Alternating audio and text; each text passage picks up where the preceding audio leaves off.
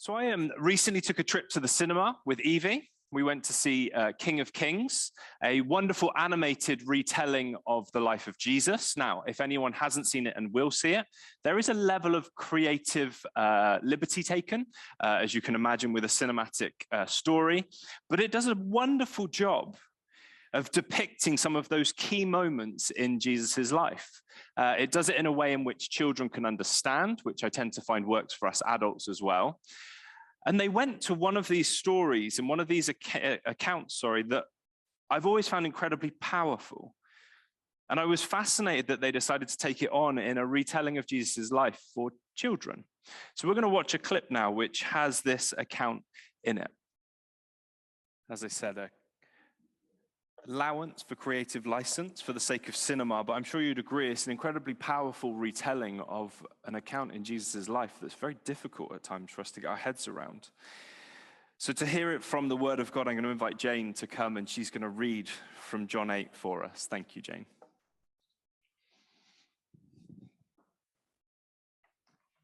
So the reading is from John 8, verses 2 to 11. At dawn, he appeared again in the temple courts, where all the people gathered around him, and he sat down to teach them. The teachers of the law and the Pharisees brought in a woman caught in adultery. They made her stand before the group and said to Jesus, "Teacher, this woman was caught in the act of adultery. In the law, Moses commanded us to stone such women. Now, what do you say?" They were using this question as a trap in order to have a basis for accusing him. But Jesus bent down and started to write on the ground with his finger. When they kept on questioning him, he straightened up and said to them, "Let any one of you who is without sin be the first to throw a stone at her." Again, he stooped down and wrote on the ground. At this, those who heard began to go away one at a time, the older ones first, until only Jesus was left with the woman still standing there. Jesus straightened up and asked her, "Woman, where are they? Has no one condemned you?" "No one, sir," she said. "Then neither do I condemn you," Jesus declared.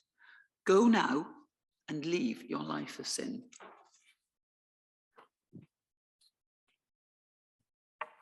Amen.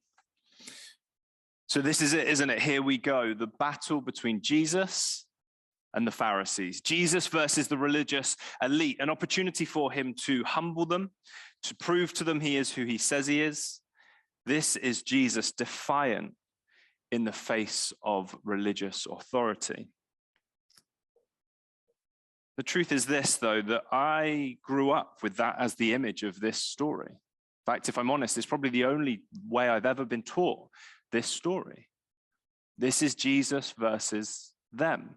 This is him battling them. This is about him being superior to them. It was the lens in which I viewed this time and time again. Remember how it begins. They were using this question as a trap in order to have a basis for accusing him. This is about Jesus overcoming that attempt to accuse him. As I grew up, the woman became a mere visual to what was happening between the Pharisees and Jesus. This was about him versus them. She was merely there as a makeweight to the whole story.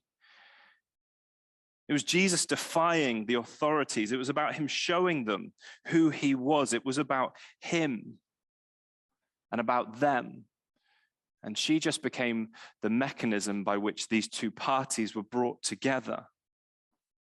It's a story in which we are drawn into this battle. Jesus wins it 1-0 as they walk away with shame on their faces. We go wild as he wins out with his victorious stance.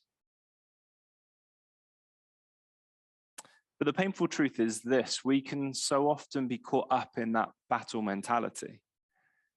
Him versus, us versus, that we miss something more. We miss the core point of what I think we see in this whole story. I think we completely miss the point. when we get caught up in that trap? Because what if we stop for a moment and ask the question, what if it's nothing to do with Jesus versus the religious authorities? What if it's nothing to do with him versus them? The truth is this: we can't deny that he riles them. We can't deny that his actions condemn him to their attempts and eventual success to take him to the cross. But what if it wasn't about that at all? What if they came with their agenda? This woman merely a tool to help them with their agenda, which was to trap Jesus. What if we begin to imagine for a minute, Jesus has come to this moment with his own agenda? His own agenda. They think they are running the show, and yet I believe deep down that the whole thing Jesus was aware of. What happens when the visual becomes the point? What if the woman wasn't simply part of the Pharisees' plans, but if she was central to what was happening here? You see, what we actually see here is Jesus doing what Jesus always did, putting the person at the center, irrelevant of the circumstances, irrelevant of the fallout. You see, some pigs jumped off a cliff and a village was in uproar, but that was never the point. The point was a man freed from demon possession. A homeowner's roof was ruined by some zealous friends digging a hole in it, but that was never the point. The point was a man being told to get up and walk. Expensive spices wasted on Jesus's feet was not the point. It was that Mary understood what was happening in that moment. I believe in this passage we are blinded when we look at the Pharisees' agenda and miss what God's agenda was the whole time. Now, the astute among you will have noticed that John isn't in this week's reading plan, so please don't panic if you're trying to scramble your brains as to when it came up. So I'm going to ask Jane to come and read the account from John again, and without a break, she's going to bring together one of the passages that we have looked at this week. Thank you, Jane.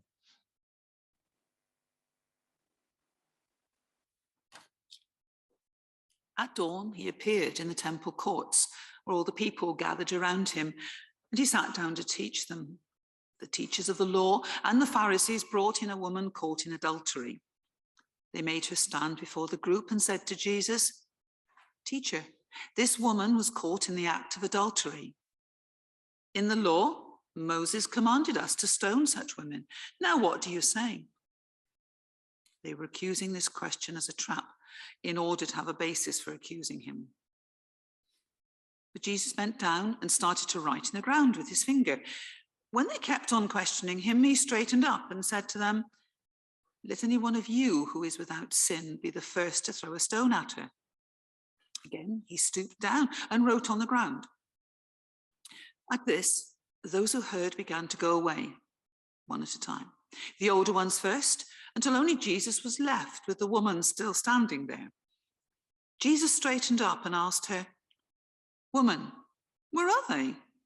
Has no one condemned you?" "No one, sir," she said. "Then neither do I condemn you," Jesus declared. "Go now and leave your life of sin." Love is patient. Love is kind. It does not envy. It does not boast. It is not proud. It does not dishonor others. It is not self-seeking. It is not easily angered. It keeps no record of wrongs.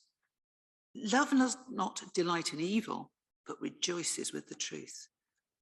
It always protects, always trusts, always hopes, always perseveres. Love never fails. Thank you, Jane. The question we have to ask ourselves is, what happens if there is a different lens in which we need to look at this story through? What if we begin to see this story as a love story? No longer a battle, but a love story. A story that reminds us that love will win, that love always wins. Suddenly, Jesus versus the Pharisees is the second act to Jesus' exampling how love works in real life, in real situations. All of that lovey-dovey stuff that we read about at weddings is all very well, but sometimes we forget to translate it from that setting into our lives. The lens in which we've seen it through a wedding makes us think it is for that occasion. And yet here we have Jesus taking it from the wedding ceremony and plonking it into the dirt, into a dirty street with an adulterous woman. Comes love.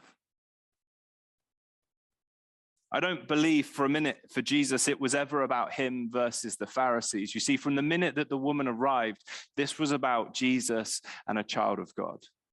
This was about restoring to her what had been taken. You see, the lens in which we view it will have a massive impact on the way we understand this encounter. If it was only ever a battle, we'll only ever see it as that. But if it was a love story, we've got a lot more to take from it. Reading it with that passage that Paul wrote will change the way that we see this moment. So I want to break down this passage that we have in Corinthians using what Jesus gives us in this story as a reality. Sometimes we can find it hard to put together how should we be loving people, and yet here we have Jesus doing it in amongst the reality of life. Love is patient. Jesus shows patience. The video that I showed at the beginning from the film helps us understand as it makes the boy wait for the rest of the story to be told. But Jesus is patient. They've come with their agenda on their timeline, and yet we see Jesus in no rush as he bends down into the dirt. Love is patient. It's not driving forward at 100 miles an hour. It is being present in the moment, in the awareness of all that is happening, and choosing in amongst that patience and that stillness, love, when there are many other options available to us. This moment, this encounter is playing out in real time, but yet we see with Jesus's presence, it is played out in its own time, not the time dictated by others. It goes on, love is kind. Jesus shows incredible kindness in this moment. Not maybe in the way that we originally see it. Our assumption is the kindness is shown to the woman, which is fair. But Jesus shows kindness to those who bring the woman, the accusers. He is incredibly kind to them. My gosh, he could have gone to town on them. He could have shown them what for. And yet he is kind to every person present. There is no condemnation.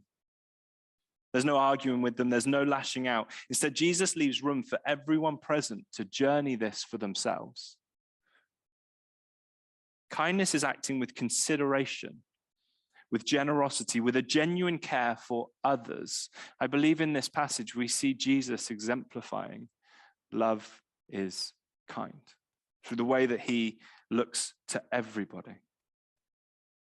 He could have condemned them all, announced each of their sins publicly. Instead, he is kind, showing love to each person present, not simply the woman. Love does not envy, it does not boast, it is not proud. In such a brief encounter, Jesus does an incredible job of encompassing the whole of love. It's a brief moment, and yet Jesus shows us how love works in real life. You see, conflict is the optimum moment for the very worst of us to come out. Conflict, when we don't expect it, will often show our default traits, the things we knee-jerk to. And yet we see in this moment, Jesus showing us there is another way. Often if I find myself in conflict, I become defensive. It's about me and them now. I need to protect myself. I can become quite scathing with the way that I use my words. I'll begin to believe I'm better than the other people involved in this conflict. You see, I don't want to be wronged. I don't want to be trodden on. I want to look strong as I stand up against other people, yet Jesus deliberately takes the posture of kneeling in the dirt, lowly. There's no arrogance in this moment, despite Jesus being fully aware of who he was. There is no pride. You see, in this moment, Jesus shows incredible restraint. Instead of attacking, instead of proclaiming his power, knowing he is better than everyone, we see no hints of these attitudes. Instead, we see love. Love again for everyone present. There's no envy, boasting, or pride. Just imagine for a moment what life would be like in moments of tension and conflict if the world would take these bases. As nation comes head to head with nation and it puts down its pride, and it doesn't want to look better and it doesn't envy what others have, suddenly we would see less conflict. In our own lives, maybe we need to think about the way we are with other people, how we carry ourselves. If we could be patient in a conflict, pause for a moment, find the self-control and restraint that we see from Jesus in this moment. All of this sounds very good. And again, I just want us to make sure we don't lose the lens in which it's really playing out. There is a woman before Jesus who will die by stoning, depending on what Jesus says. And yet still we see Jesus change the timeline by slowing it down. And we see him showing love to everyone present, even those who are holding stones, intending to throw them at another human being. And Jesus comes with love. It goes on. Love does not dishonor others. Is there a more understated moment in this whole encounter than not dishonoring others? Jesus knows everything. This is a prime opportunity to humiliate the accusers, to tear down their religious structures. But Jesus doesn't dishonor anyone.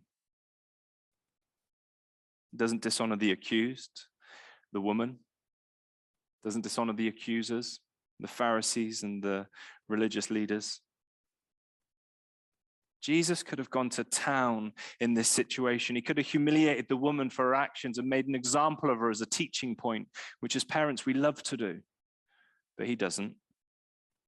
He could have made a mockery of the religious elite for their past mistakes. Shame and condemnation could have reigned in this situation on everyone present, and yet Jesus does not dishonor anyone with his words or with his actions. In fact, we don't just simply see him not dishonoring them. We see the other end of the spectrum where he shows love. Shows love through the way that he acts throughout this whole encounter. Love is not self-seeking. It's not easily angered. It keeps no record of wrongs. Sounds lovely, doesn't it? I love this little part. As a parent, it is the single hardest thing I think I read, because I want things to stack up. We want them, don't we? We wait for people to fail us again. I'll give them one more try, one more chance. If they let me down again, I'm done. We come to a situation and we like to pretend that we come with a level-headed mindset, but we're actually going, you know what? Oh, you've done this before. Evie, how many times have I told you not to do that? This is so hard for us, and yet we see it lived out in the reality of a moment which is life or death. It's so hard not to stack up things against people. So hard not to stack things up. Jesus is aware of all of those before him. Yet somehow he shows that there is another way to live life than to simply hold our failings against us. What if we come to these situations with love? What if we look to the best of people? In a moment where it appears like there is no positive outcome, in a moment where it appears like someone will have to be the loser, in the way that we understand life to work, we can't see how this can go any other way than to be conflict. And yet Jesus shows love. And he shows that love can win. Love can win because love is not self-seeking, it's not easily angered, and it keeps no records of wrong. What it means is every person in that moment had the opportunity to leave changed for the better by encountering Jesus. Every person present, because Jesus didn't stack it up against them, had the opportunity to walk away from that moment changed because they encountered him. As we begin to draw all of this to a close, we have this: love does not delight in evil, but rejoices with the truth. I don't know if you've ever stopped to think about this encounter and the incredible sorrow that Jesus must have held as it played out before him. Sorrow for the woman, the life that she's chosen to live, the consequences of those choices. Sorrow for the religious leaders who are so hell-bent, so determined to find a way to accuse Jesus, they had boiled human life down to simply a tool to get their own gains. Jesus must have been heavy-hearted as this played out. He must have found this an incredibly sad situation for humanity to have found itself in. The truth is, this is a moment of evil. This is a moment of evil. People want to use a human life to prove a point. Jesus finds no joy in this evil. In the cruelty of the action of these men, Jesus stands on love as the only tonic to their actions. Love became the only antidote to this moment of death. Jesus is for truth. You see, all have sinned and fall short. Jesus speaks truth. Go now and leave your life of sin. It makes us begin to question, doesn't it, when we see love through the lens of this story? Do we dare to believe love could be the single most powerful force we have in our lives? The choice to be loving. The choice to model what Jesus has taught us with the way we conduct ourselves. It's very easy for us, isn't it, to fall into the trap of the religious elite, believe we are better because we know more, been to more Sunday services. And yet I wonder, maybe to choose to be loving, the way that Jesus teaches us to be loving, could be the most powerful tool in our toolbox. Love always protects, always trusts, always hopes, always perseveres. I mean, out of all of the bits that we see in that passage that Paul had put together, there is maybe one that doesn't stand out as much as love always protects. This is an in-your-face example of love protecting. Jesus in this moment is making actions of love which will ultimately lead him to the cross. And yet he chooses for love to protect another. Jesus finds himself standing in the gap for this woman, standing in a position whereby her own works would only lead to death. Dare I go as far as to say we see Jesus exempling before this woman what he would example for all of humanity on the cross. Standing in the gap, protecting in a way that none of us could for ourselves. Jesus restores hope. Not just that nice, fluffy hope that we can sometimes have. Jesus restores genuine hope. You see, because the hope is in life. And Jesus has restored back to this woman life. It's very hard for us to get our heads around the reality that this was not uncommon practice for public stoning. This could very well have ended in death. And yet Jesus restores hope. He restores hope of life. This amazing truth goes even further as he tells her to leave her life of sin behind. He is restoring life and life to its fullest. An incredible act of love. Jesus came with love. And even in the face of the ugliest of human nature shows that love can persevere. Love can deal with the very worst that we have to bring to the table. How quickly do we flip from love to anger, from love to anxiety, from love to all of these other things? And yet in this moment, we see love being brought into such clarity, resilient enough to stand up to the face of what is happening before him. And then we finish with this. Love never fails. As I said, this is a passage that we'll often see used at weddings, a wonderful occasion of celebration where everyone's feeling happy, where the idea of love works really well for us. But you see, when we have this encounter in John, what we see is love working when the rubber hits the road. We have an example of how love works in the reality of life when it is tough, when it is ugly, when we feel attacked, when we feel downtrodden, when we feel vulnerable. We see in this moment that love is going to win. Love will never fail. This story is so important when they are brought together because too often we take things apart and we don't see the big picture. Remember how it began. The Pharisees and the teachers brought before Jesus a woman caught in the act of adultery with the intention of catching him out. And what they did not realize was that love would never fail. So therefore, they walked into a love story. They walked into Jesus showing love will always win, will always persevere, will always come out on top. Love wins. I don't know what everyone here is going through. I don't know what your weeks look like. I don't know what the week to come looks like. I don't know the reality of every situation before me, yet I can say with the authority of Scripture that love never fails. Love never fails.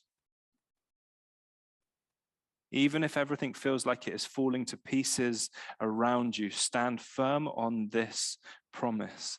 Love never fails. And we see in this passage this truth. His love for you will never fail. His love for you will never fail. And we as his church need to show the world that love wins. We need to show the world that love can win through, that love is the way forward. The religious elite came looking for a fight, yet Jesus responds by creating this incredible love story. They came with stones in hand, and yet Jesus made a love story.